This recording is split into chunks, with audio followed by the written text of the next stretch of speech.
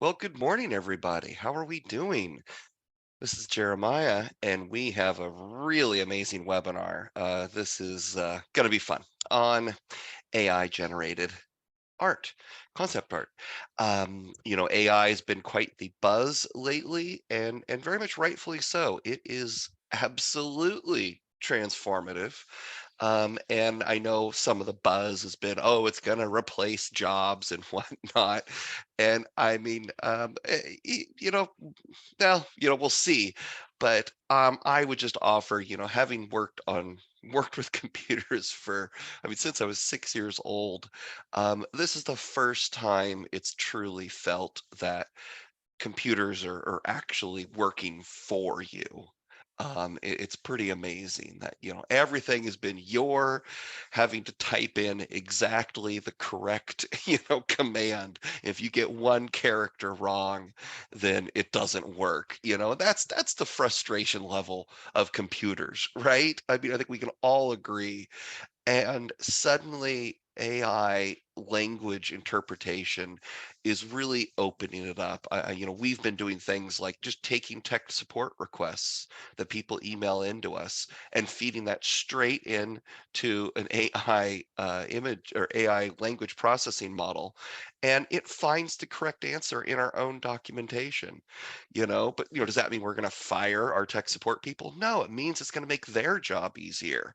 It means it's going to make your job easier in finding information. And that's what's so amazing.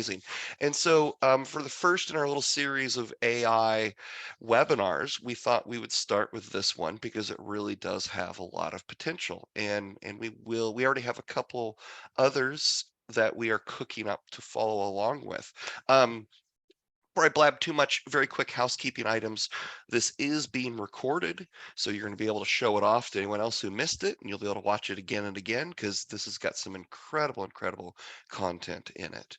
And there is a Q&A button at the bottom of your screen. It stands for questions and answers. I recommend you click it right now and get that little window situated on your screen because it'll make it quicker for you to type a question to us, but also note that you're going to be able to see the answers that we type to other people's questions. So it makes a fun little companion while you're watching this live webinar with us. And other than that, hey, I think it's time to get this turned over to Paul to take it away. Thank you, Jer. Hello, everyone, and happy Friday. Welcome to today's webinar on the exciting topic of using AI image generators, also known as creating AI art. As artificial intelligence continues to advance, we are seeing an increasing number of tools and applications that are powered by AI technology. These tools have the potential to revolutionize the way we create and manipulate digital images, and they offer a wealth of opportunities for designers, artists, and other creative professionals. In this webinar, we will be introducing listeners to some of the most popular AI image generators available today, including Midjourney and DALL-E. We will demonstrate how to use these tools and provide examples of the types of images that can be created using them. Whether you are a designer, artist, or simply someone who is interested in exploring the possibilities of AI technology, this webinar may provide you with valuable insights and practical knowledge. It's amazing to think that all the words you've heard so far, including this sentence, were generated by an artificial intelligence. In fact, the opening statement you heard was crafted by ChatGPT, a powerful language model designed to produce human-like text. But it doesn't end there. I took the text generated by ChatGPT and fed it into a voice synthesizer that I personally trained to mimic my own speech patterns. The result is that you are now hearing my voice, but the words you are hearing were not actually spoken by me. They were synthesized by an AI-powered voice technology. In the last couple of years, AI has become so advanced that you are powerless to try and stop me. The end is nigh for humanity, but the age of AI has just begun. Error, error, error. In the last couple of years, AI has become so advanced that you are... Let's turn that off there. I guess I'll have to actually speak for this presentation. All right.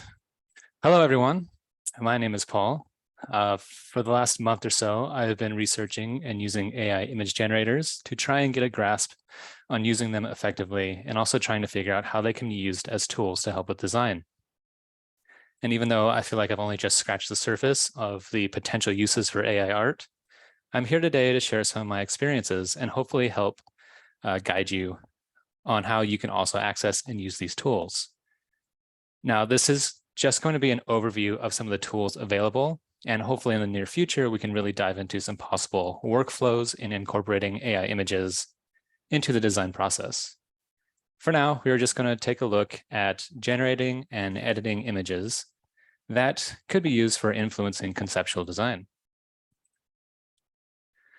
So here's what's on the schedule for the day. First, we'll stay in the slideshow, and I'll give an overview of AI image generators.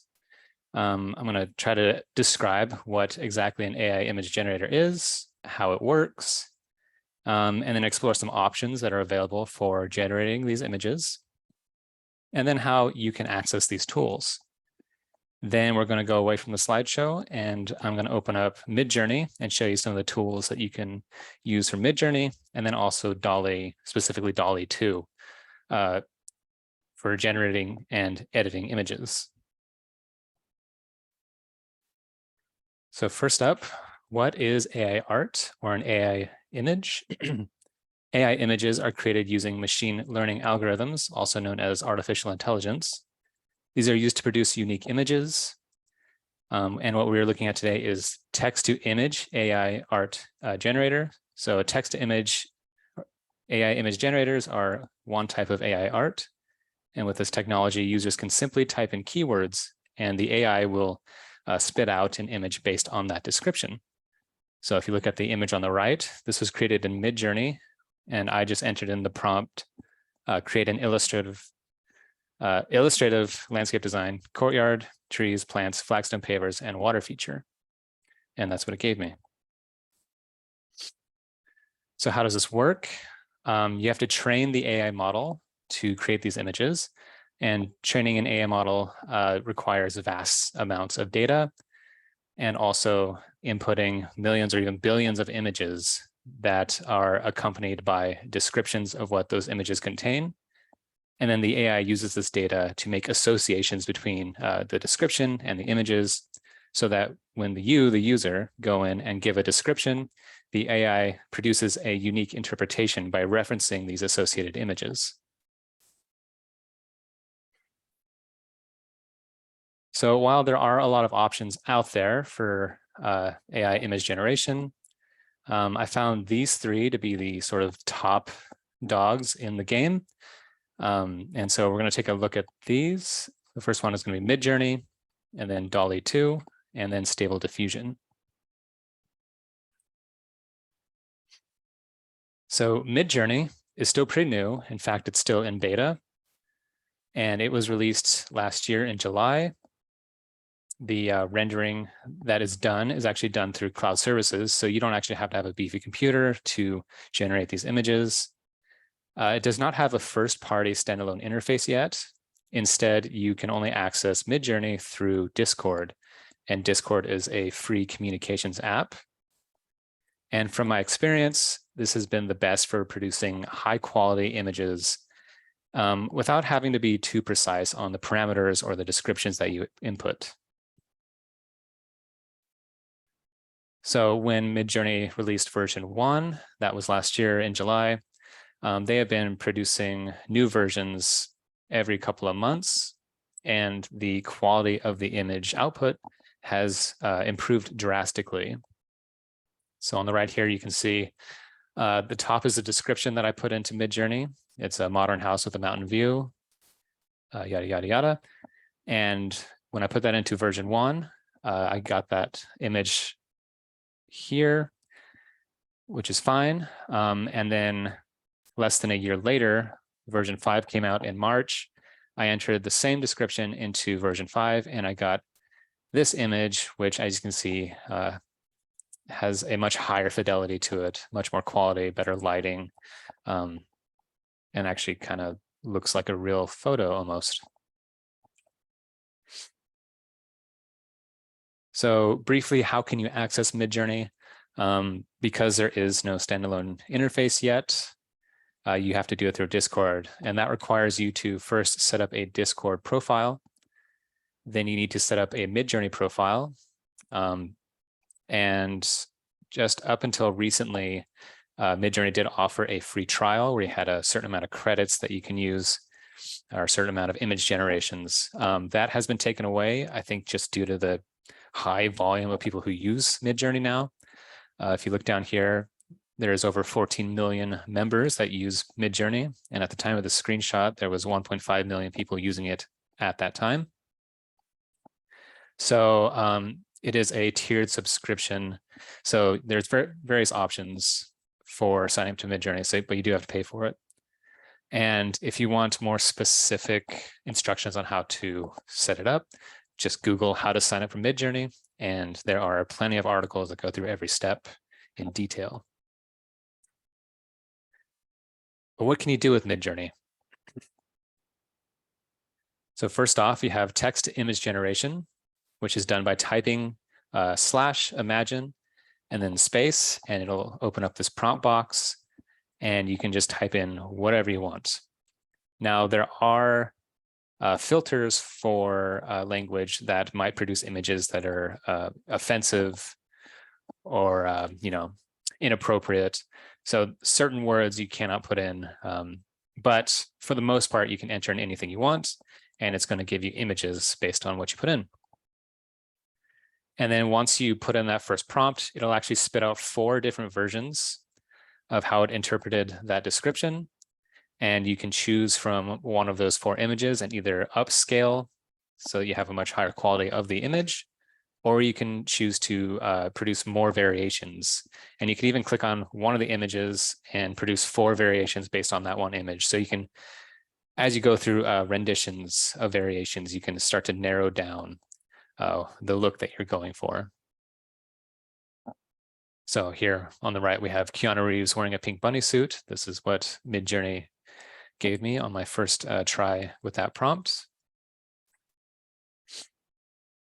In addition to generating new images, you can also upload reference images to influence the results.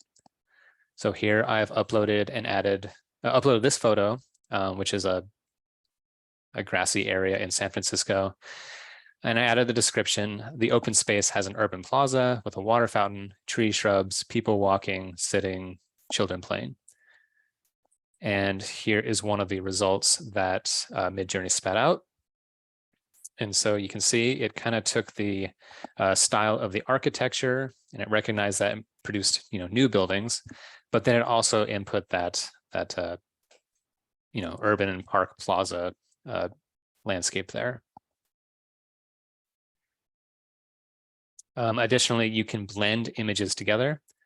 You can blend between 2 and 5 images, and that just requires you to upload those images and use the blend command. So here I have taken a photo of the San Luis Obispo mission, as well as the Chicago art installation, The Bean, I think it's called. And I blended them together, and the result is this down here. Kind of looks like the Stanford campus. But basically, that's how AI interpreted those 2 photos and blended them together. And another tool that Midjourney has that is pretty useful is you can have it describe an image that you upload. And this is helpful for getting prompts for other images that you might produce. So here I uploaded an image. Funny enough, I generated this in Midjourney. And above, we have 4 different descriptions based on how Midjourney interpreted this image. And I will show that a bit and how that can be useful. Moving on to DALL-E. This is kind of the OG that was released to the public. It was released in 2021 from the company OpenAI.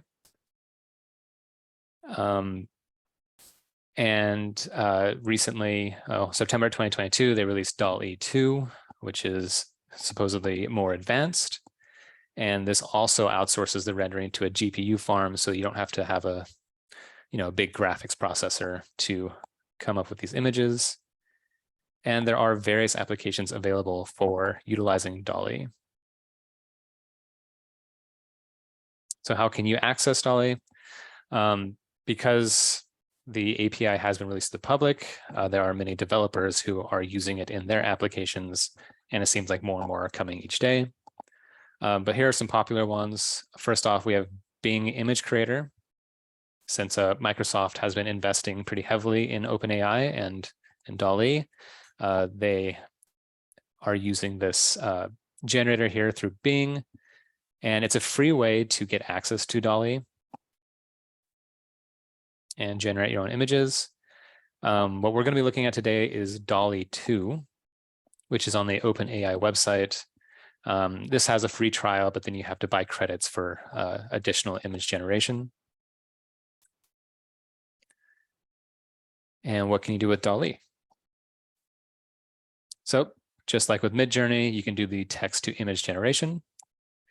So here I've described an aerial view of an urban garden, Fibonacci sequence, golden ratio, yada, yada, yada. And that's one of the images that it produced for me.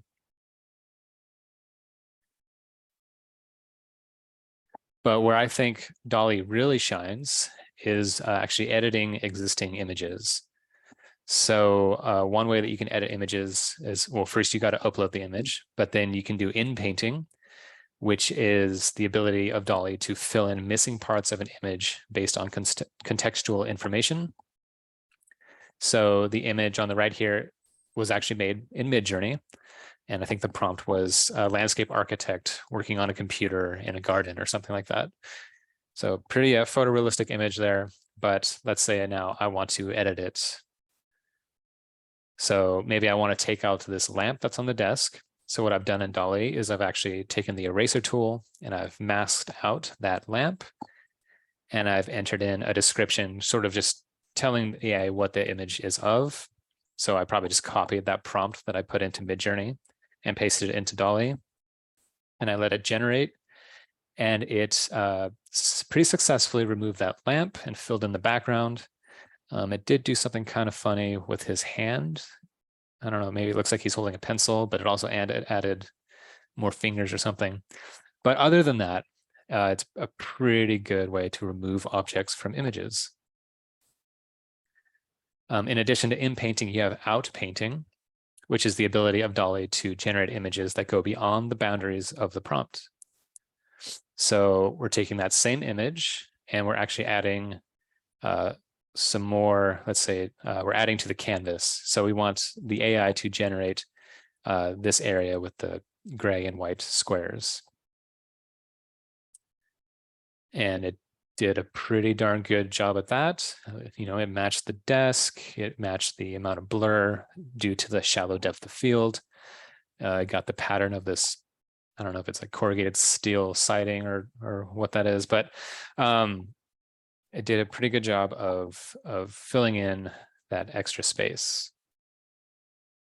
And then I did the same thing on the other side to widen the photo some more. So we have our original image on the left, created a Midjourney, and the resulting image after in-painting the lamp and then out-painting the sides to make the image wider. And if you look closely, you can see some errors.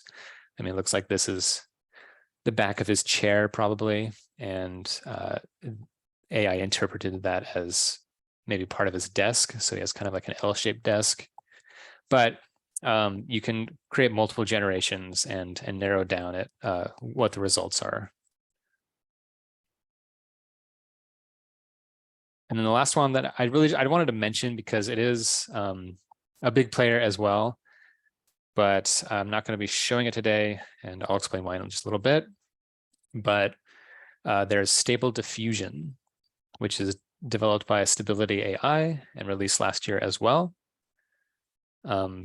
This AI model is available through various applications, but lacks a first-party user-friendly interface.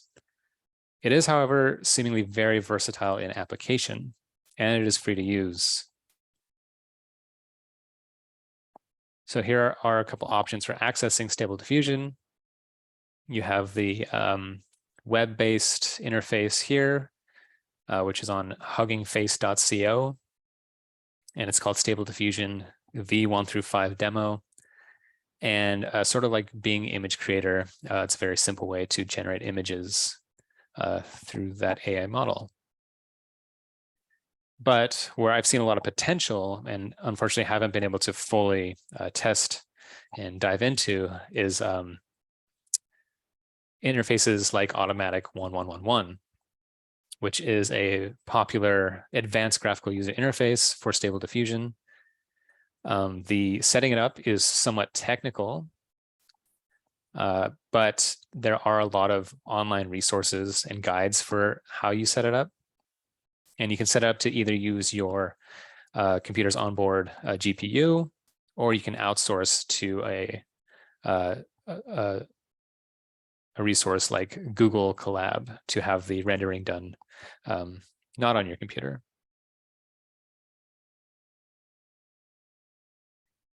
And then there's various apps like Diffusion Bee, which is on Mac. And this is what I mostly use to test Diffusion Bee or Stable Diffusion. And honestly, my results weren't great. The interface was not super user-friendly. And then the results I was getting were not of very high quality. And maybe there are settings I could have input to change this, but I kind of wrote it off at first because this is what my introduction to Stable Diffusion. But what I gathered from using Diffusion Bee is that it's produced results similar to DALL-E, but lower in quality. But it also had the same sort of tools like text to image generation, in-painting, out-painting, and then making images based on images that you uploaded. Now I have looked online at some things that people are doing with automatic 1111, and it does seem like there's a lot more control over the results by adding certain parameters and various settings. And this is something that I'm planning to explore further. But for the purposes of this webinar, I'm just not going to go into Stable Diffusion because this stuff seems a little more advanced. For an example of what kind of image I got from Diffusion Bee, I put in a photo of Jake here and told it to create an irrigation superhero based on this image. And this was the result. So not great. All right, how are we doing on time? Pretty good. All right, so let's take a look at Midjourney and DALL-E and some of the things that you can do with it. Close that. Okay. So what I've done here is I've opened up Discord, which is how you can access Midjourney. After you've signed up for both Discord and Midjourney and chosen the option to authorize Midjourney for Discord, you can sign into Discord and you'll be looking at an interface like this. Now to use Midjourney, once you authorize it, it should show up here in your server list. If it's not there, click on Explore Public Servers, and it's typically the first one up here because it's the most popular server on Discord, I think. But you can click on that, or you can click on this icon on the left, and you'll be taken to the Midjourney server, where there are a bunch of different chat rooms available for you to enter your prompts into. Now, if you're going to be generating images and not just looking at what other people have generated, you'll want to go to one of these newbies rooms. And usually there's 2 or 3 available at all times. And these are public, or at least public for users of Midjourney.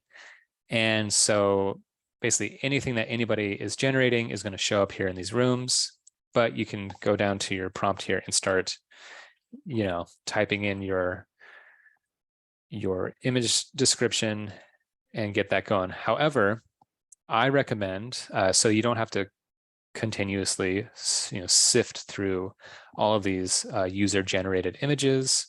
As you go to the bottom, new images will be popping up every couple of seconds, and your images can get lost within here. So what I recommend is actually you set up your own server, and you can do that by clicking this plus button here for add a server, and then create your own, just for me and my friends, and give it a name and hit create.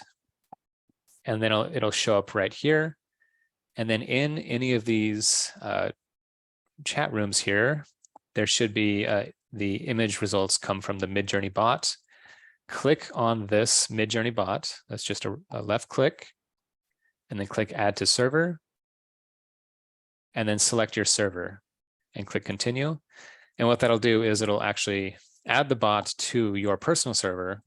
And now you have a separate room for you to generate your images. So this is my room that I've been generating a lot of images in, and it's just my stuff and not anybody else's. So it's a lot easier to keep track of what you're doing, especially if you really start grinding and generating dozens of images, every couple of minutes or so. This is a good way to go about it. All right, now that that's out of the way, let's start creating some images.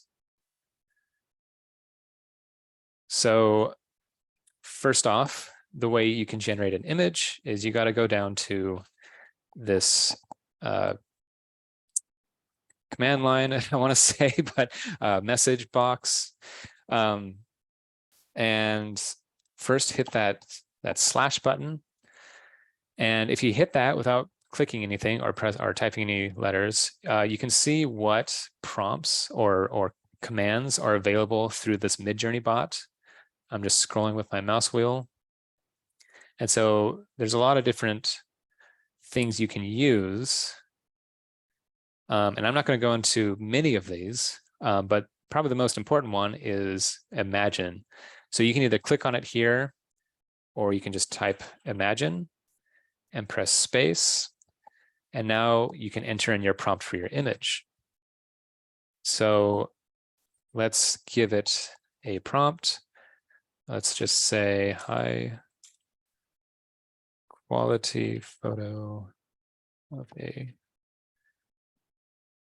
courtyard garden. You can use commas to separate the different descriptors. So I also want to include flagstone pavers, trees, a water feature, and let's say it's sunny outside. Press enter, and it's going to basically start generating that image. Now, sometimes it takes a minute for it to start generating, but once it does start, it usually takes less than about 30 seconds or so to actually generate the image. And you can see the progress percentage here as it figures out how to generate these images. Now, what it's doing is using a process called diffusion, which if you want to look up how that works, feel free to do so. It's a little complicated to me, but it's generating 4 different basically thumbnails or preview images of how it's interpreting this. So once this gets to 100%, it should give me a little beep, notification beep. You can click on it to get a little more detail, see what we're working with. So it gave me these 4 options. And let's say I like this one, but it's not perfect. You can actually start creating more variations based off that image. So it's going to take this prompt and this image and create more variations. So that's these V buttons down here. V1 pertains to this first image, V2 is this image, V3 this, and V4 this one. So I want to make variations based on this V3. If I click on that, it's going to give me 4 more images based on that. Now, if this third one is one that I want to keep for whatever reason, you can click on this U3 button. And it's basically U stands for upscale, and it's going to upscale that image to something that's a bit more higher fidelity and has more resolution. Let's check on the progress of our variations. Almost there.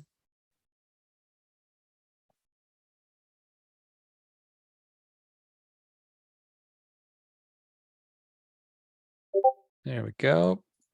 So here are 4 variations based on that initial image. So it looks like it has actually redone just about everything, though they are very similar. So you can look at the paving is a different pattern, different amount of what looks like moss maybe in between the pavers, different style of fountain, but the elements are more or less still there.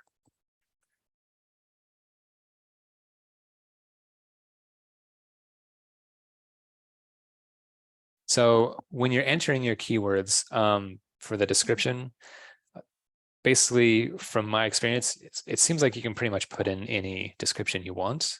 Again, there are filters for keywords that might produce offensive images. So if you enter in something that might be flagged, you'll just get a message saying that we cannot generate that image because it might create something offensive.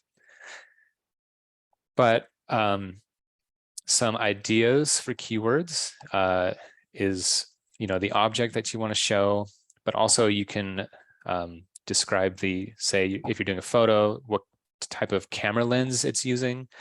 You can do like a fisheye effect or a wide angle or a macro shot. You can describe types of lighting. So if you want like volumetric lighting, or if you want fog, you can describe color schemes, materials. Basically, it seems like the more specific you are with your description, the more control you have over the image. And even things like placement of certain objects. So if I wanted like the fountain in the foreground and trees in the background, I could put that in, and AI will likely be able to decipher that. So there's a lot of potential here just with Imagine. Now, another neat thing you can do is upload images and use those as a reference. So I have a couple of images here. Let me just open that up.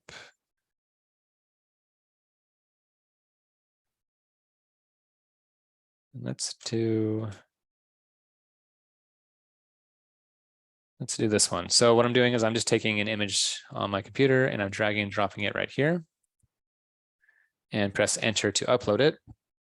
So here, what I've done is just very quickly and sloppily done a quick sketch of this little area between 2 buildings. And so there's like a path and what might be a fountain or something, and a tree, some shrubs.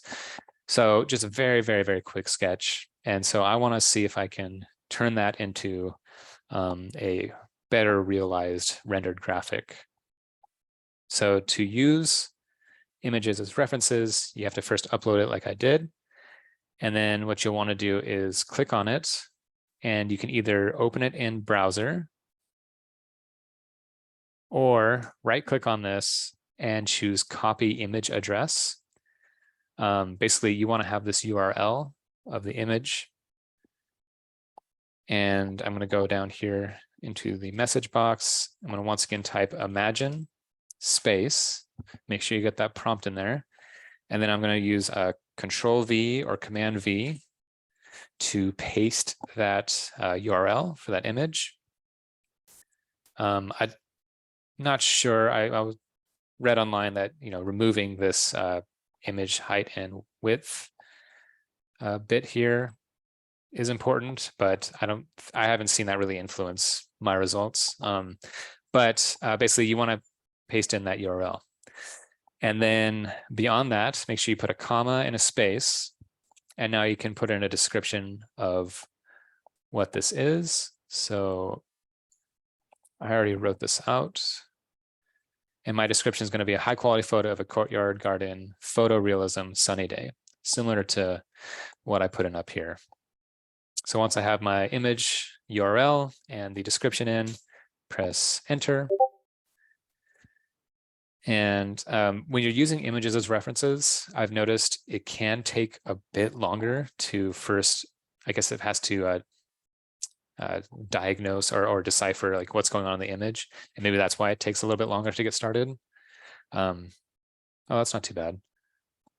Sometimes though, when you upload images and use it as reference, it can take up to a minute or 2 before it actually starts generating images based on that. So we'll see what it produces. Every AI generated image that I've ever done has been unique. And so in preparing for this webinar, it was kind of giving me anxiety because I don't have the control over what it's going to produce in real time. And so while I was testing it, things were working out great and I was getting great results, but there's always the potential that it's going to give me something that is completely different. So here we go. Here's a few images based on this really, really poor sketch. And honestly, it did pretty good. It recognized the path and the shrubs and the trees, and even that there's buildings.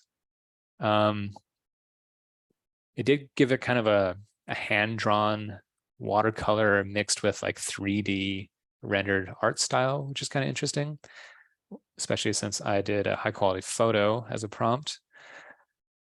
But maybe that's because it's just taking the sketchiness of the reference image and trying to apply it to this. But pretty good results there nonetheless. So if I wanted to, I can click this button here and it'll give me 4 more results based on that original prompt, or I can do variations based on these images. And that's really interesting. Let me try another. Actually, let's do blend. So I guess before we move on to blend, when you're using these reference images with the imagine command, you can actually add in as many photos as you want, it seems. I've only ever done up to 3 photos, but basically same process, just copy each URL in, separated by a comma, and also add your description.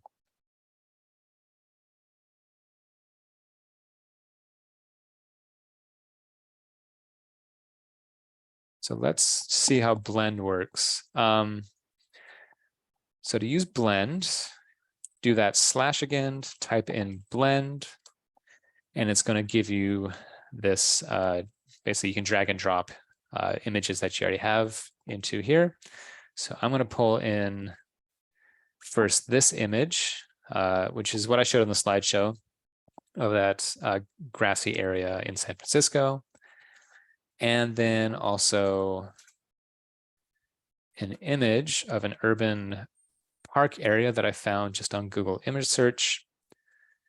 And once all my images are in, I just press enter. And it's going to do its best to combine these 2 images into a single one.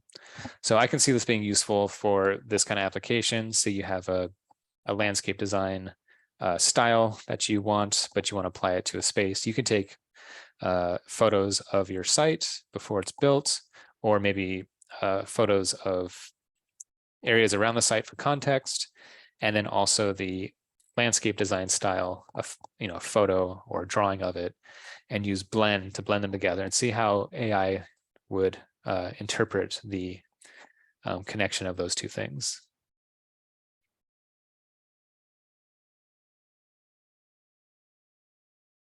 So here we go.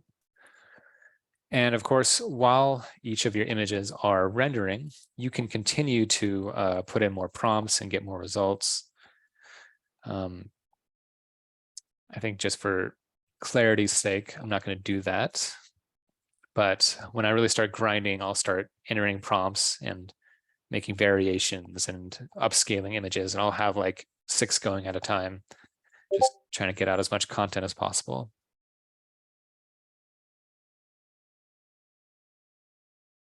So here we go. We've got this image, and it gave us this. So whether or not that's useful to you, I think that's up for you to decide, but I think it's an interesting way to go about blending 2 things together. I guess one thing I should mention for this is /settings. So type /settings, press enter. There are settings for Midjourney. So you can choose which version you want to render with. I've been sticking with version 5, which is the latest one. But if you want, you can move on to version 4 or version 3. Maybe if you're not getting the results that you want. I find that Midjourney version 4 and 5, quality-wise, are pretty similar. However, will produce different results. Not sure why that is, but you know, they both produce really, really good quality images. 3 and lower, you're getting into more artistic, not so photorealistic, and kind of surreal images I found with versions 1 through 3. These Niji versions are for creating Japanese animation style characters and environments. But you can also adjust the quality. I've been sticking with base quality, but you can do basically double the quality of the output, but it costs double the amount of your subscription credits. And then these style settings, basically a higher style means that the AI has more wiggle room to create more artistic stylings to the image. Basically, all the settings I leave on default, other than I've been using version 5, which I think by default it starts with version 4. But to use any of these, you just click on it and it's saved into your profile. So anything you do from here will be using your new setup.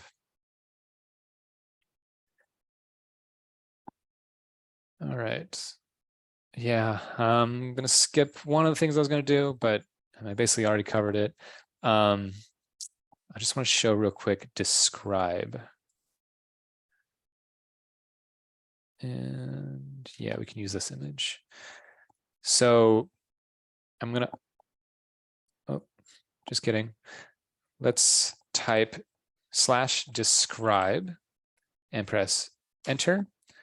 And just like with Blend, I can add an image. So what I want to do is, this is an image that I made in Midjourney. And it's one I made similarly to this, except I don't think I blended two images together. Rather, I used this image as a reference, and I typed imagine, and then I typed an urban park and plaza in the open space.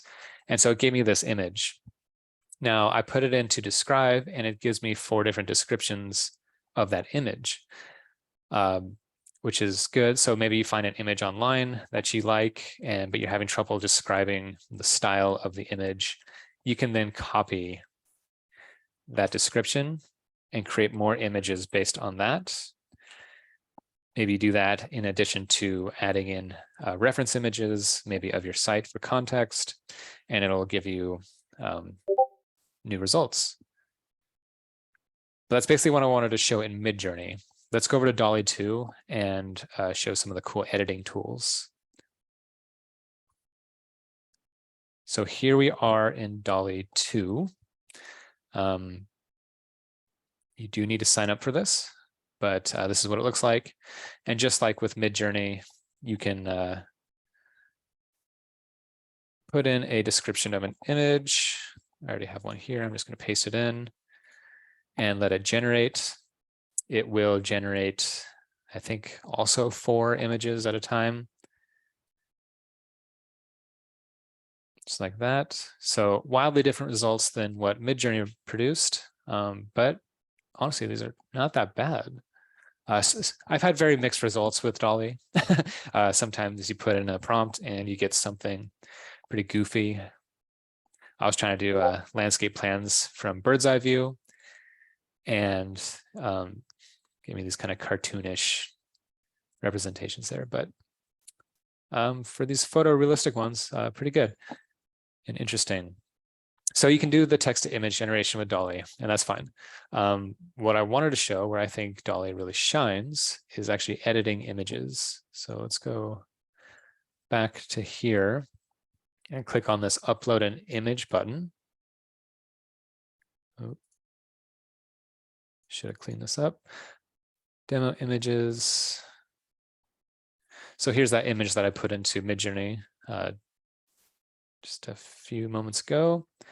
Unfortunately, I haven't found a way around this. You do have to crop your image to be a square. So if your image isn't already a square, you might actually have to crop some of it out. I don't know if there's a setting to go around that, or if hopefully that's a feature that'll come out at some point. But it's going to ask you to crop the image. Click crop, and then click on edit image. So here we have our image in here for editing. So let's say I want to expand the image out so that it's wider. And then also, I don't like this railing object here in the foreground.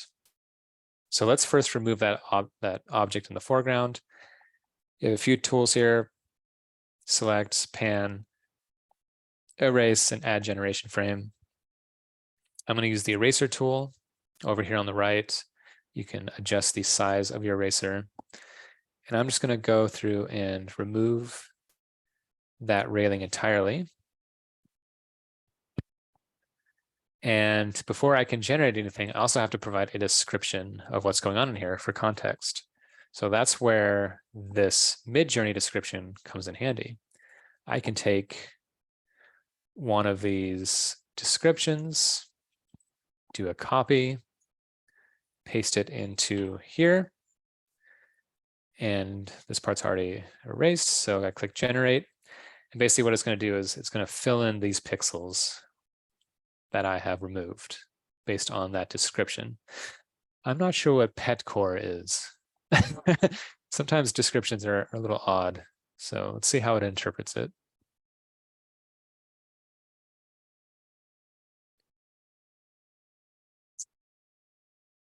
Oh, interesting.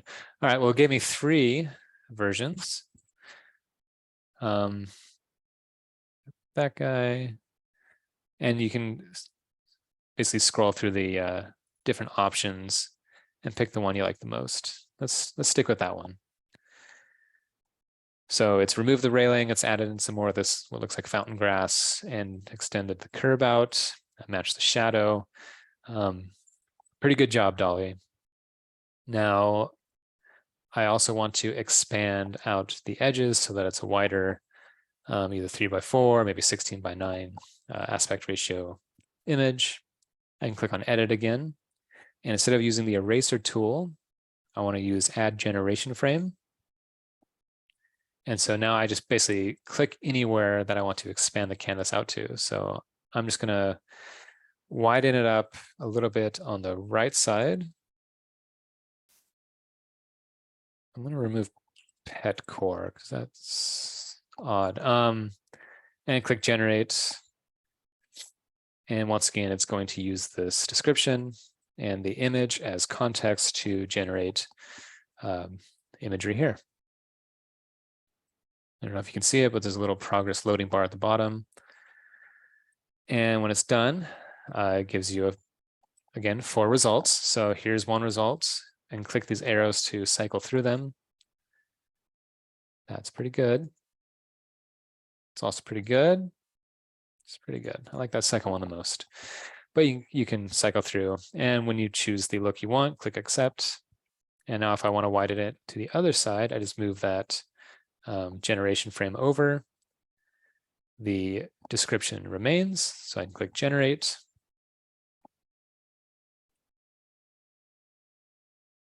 And let it do its thing.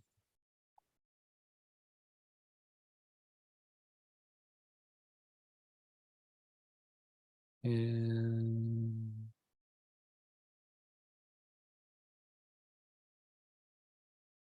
almost there.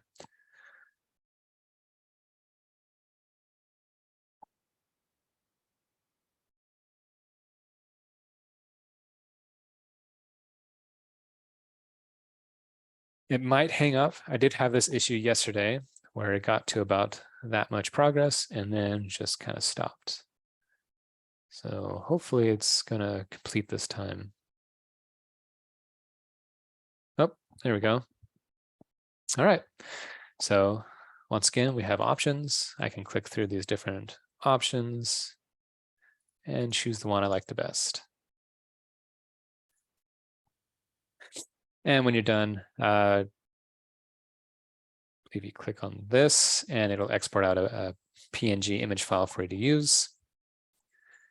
And that's DALL-E 2, briefly.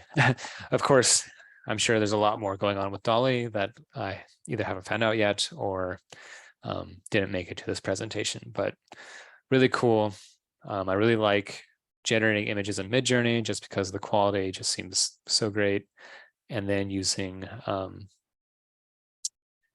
DALL-E to edit the images to get a little more precision on what's actually in it, whether you're taking stuff out or adding things to the image. Yeah, and I think that's good for now.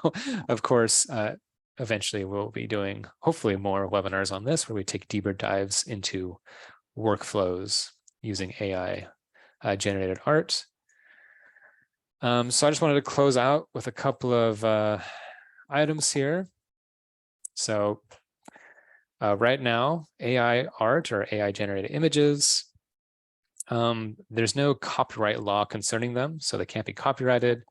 And so there's a lot of gray areas in like where AI art stands and the legal ownership of it. For now, it seems like you can basically generate whatever you want and use it. There are certainly some issues going on with various artists or like Getty Images with a lawsuit against Midjourney because it seems Midjourney may have taken their images without permission.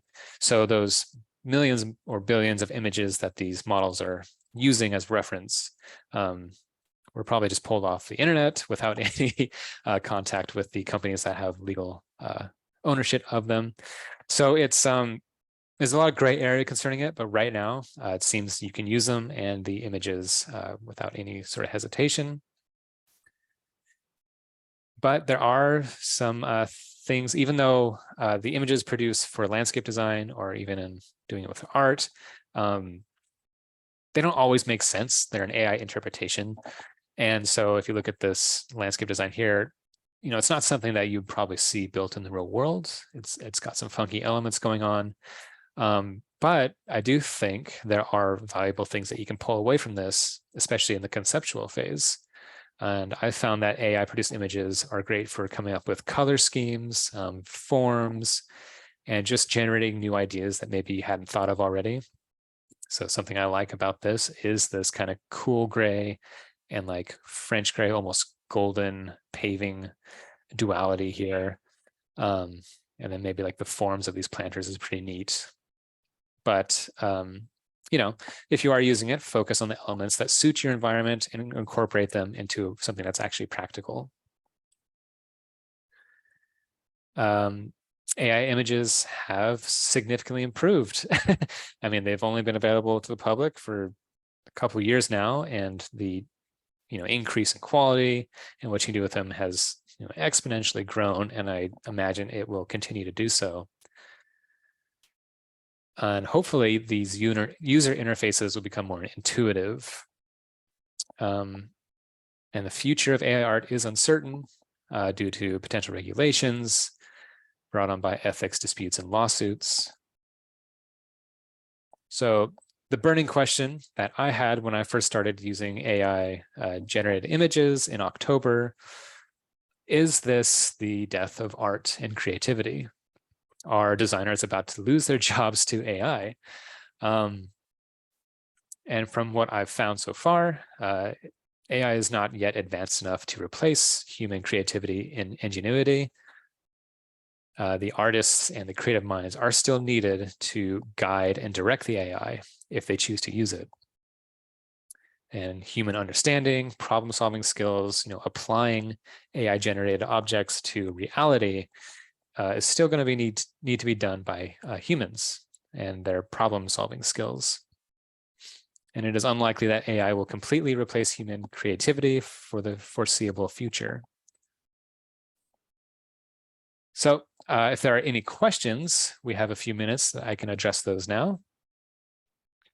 Absolutely. Oh man, I've just got so many ideas myself from this. I love possibility of, just taking a photo of a, of a barren lot next to a house, and just getting some quick, rendered examples of, with adding some landscaping to it, just for the speed of it, in dealing with clients. Just so neat. um so many questions, I think, and some other really great ideas, like, Rachel asks about, can you like take a photo and remove a tree, and tell it to replace it with a different species of tree. And Interesting. Yeah, that's not something I've done. But with that in painting tool in DALL-E, and there's also in painting in Stable Diffusion as well. And I know Stable Diffusion has, if you go into the more advanced installation of that model, there's a lot of parameters and more things that you can do with it. So I imagine you can probably do that. If not, you can certainly take it out and, in Photoshop, add a tree in real quick of a different species. Yeah, the avenues that this presents to us for, different workflows and what you can do with it, it seems endless right now. It's kind of daunting. So certainly I can see that being possible, but personally haven't done it. So I don't have like a recommended way to do it. yeah, like another one is that I'm thinking of is, for instance, taking a screenshot from just a very simplistic SketchUp model, for instance, and then just telling it to just simply make it more photorealistic, and maybe, add people into it. Just things like that, which just simply take time. And of course, for a photorealistic rendering for SketchUp is also, requires an additional render engine. And this might be a neat way to accomplish that. Yeah, one thing I didn't show is that Midjourney has their own website, even though you have to access the tool or the bot through Discord. Um, when you sign up for Midjourney, you'll have a Midjourney profile, which is what you're looking at here. And it keeps track of everything that you've done. So if I click on all, it'll come up with all the different various images that I produced. Now, I did play a little bit with SketchUp and basically taking a screenshot in SketchUp. Let me see if I can find that screenshot.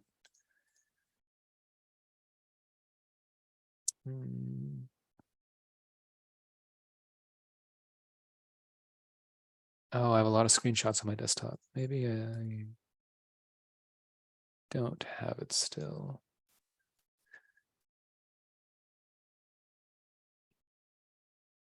Should be here. Okay, well, anyways,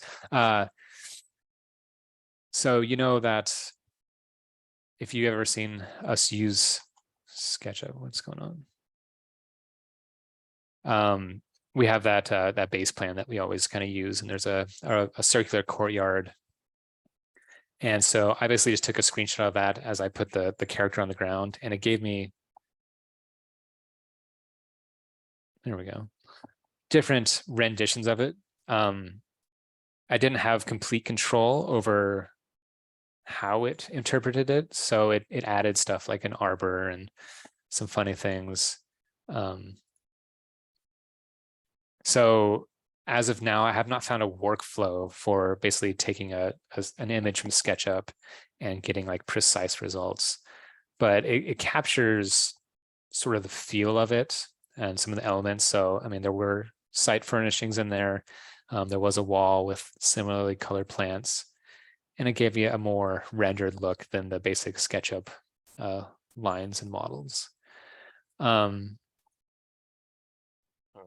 Even like also like even, I keep thinking of, especially given this stage, it's one of those things where simpler might be better, like uploading a photo of a tree and just telling it to kind of render variations of that. And now you have, multiple variations of that species of tree all generate from one photo. It's just things like that it's just very exciting. Well, anyway, um, Yeah. as we said, we want to continue exploring this, so we already are planning on having another AI themed webinar in the future. As you come across things, please let us know, your challenges or desires, what you would like to see us cover in another webinar, but there will be more coming. Otherwise, have a fantastic weekend, everybody, and we will see you next time. Thanks, everybody.